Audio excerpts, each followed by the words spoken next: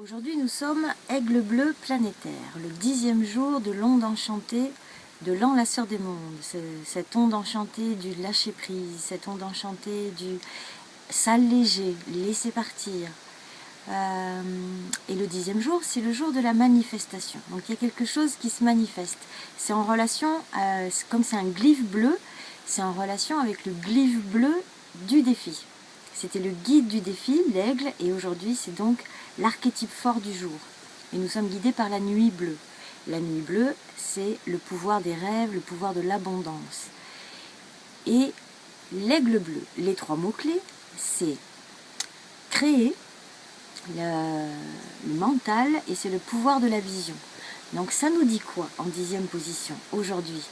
Ça nous parle du mental clair, arriver à avoir un mental clair, donc canaliser ses pensées, être dans l'observation de ses pensées.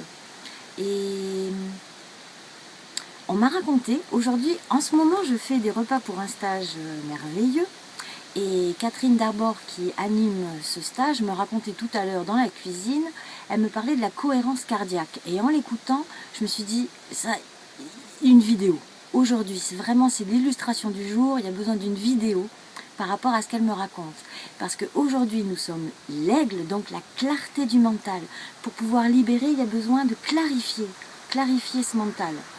Et en antipode, l'aigle bleu fonctionne avec le serpent rouge. Donc il y a besoin que ce soit dans le corps. Et ce que me racontait Catherine tout à l'heure, Catherine qui est magicien blanc spectral, ce qu'elle racontait, c'est, elle m'expliquait le principe de la cohérence cardiaque, que je ne connaissais pas. Elle a fait des vidéos sur YouTube là-dessus.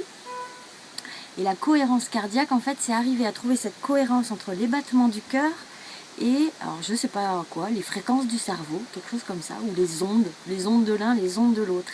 Et que, en fait, quand on est en état d'anxiété, on n'est pas en cohérence.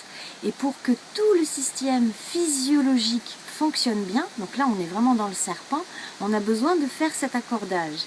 Et elle me disait qu'il y a 2 manières de créer cet accordage, qui est la manière où tout de suite moi, avec ma manière de fonctionner ou de décrire les choses, je me disais ça c'est l'aspect féminin, la manière féminine qui est penser à un moment où on ressent de la joie, ou un souvenir, laisser monter un souvenir où on se sent bien, où on ressent de la joie. Et se remettre dans ce souvenir et jusqu'à l'éprouver et vraiment le sentir.